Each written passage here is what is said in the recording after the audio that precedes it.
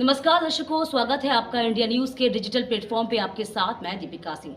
दोस्तों, जिस तरीके से देखा गया है कि मिडिल क्लास फैमिली का अपना एक तरीका होता है पैसे जमा करने का, और सबसे वो तरीका अपनाते हैं, आसान तरीका होता है, वो होता है फिक्स डिपॉजिट यानी कि एफडी। इधर एसबीआई ने कुछ स्कीम्स भी लॉन्च की है जिसके ज़रिए आप पैसा डाल सकते हैं, और किस तरीके से आपको फ़ायदा होगा, ये बेनिफिट जो है कहीं न कहीं आपको अब एसबीआई दे रही है। चलिए इस वीडियो के ज़रिए मैं आपको बताती हूँ एसबीआई क्या फ़ायदे आपको दे रही है, आपकी एफडी पे आपको कितना फ़ायदा मिलेगा, इस वीडियो के ज़रिए जानते हैं। आपको बता दें कि बैंक ने फिक्स डिपॉजिट की ब्याज की दरों में बढ़ोतरी कर दी है।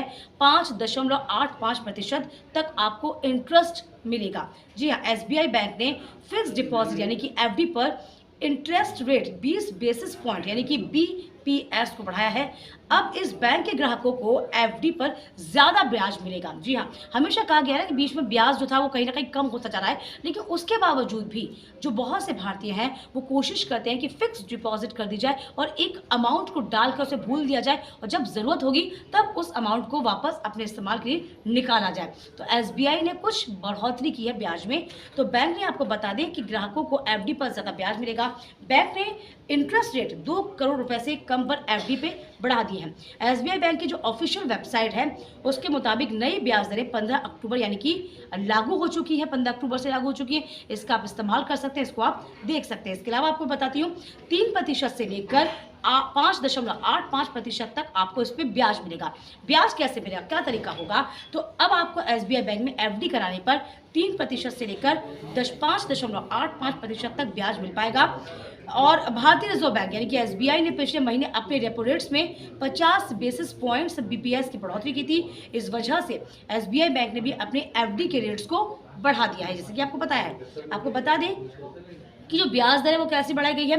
एफडी से मिलने वाले ब्याज पर अब तक टैक्स देना होता है, यानी कि अगर एक वित्तीय वर्ष की हम बात करते हैं, एफडी पर मिलने वाला जो ब्याज होता है 40,000 रुपए से कम है, इस पर कोई टैक्स नहीं देना होता। ये लिमिट 60 साल से कम उम्र के लोगों के लिए है, और वहीं 60 साल से ज्यादा उम्र यानी कि सीनियर सिटीजन एफडी से 50,000 रुपए तक की आय टैक्स फ्री होती है, ये आपको पता है।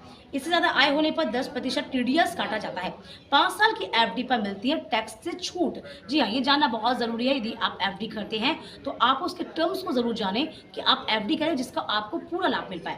तो टैक्स सेविंग एफडी में 5 साल की निवेश करने पर आपको आयकर में विशेष छूट का लाभ मिलता है। जमा मूलधन के साथ ही ब्याज पर भी आपको टैक्स नहीं देना होता। हालांकि यदि आपकी एफडी पर किसी एक वित्तीय वर्ष में कमाया गया जो ब्याज है 10,000 रुपए से ज्यादा है, तो उस पर 10% के हिसाब से टीडीएस कट जाता है। लेकिन यदि आप एफडी में रुचि रखते हैं तो ये कहीं ना कहीं आपके लिए बेनिफिशियल हो सकता है। इसी के साथ इस वीडियो में अभी के लिए बस इतना ही।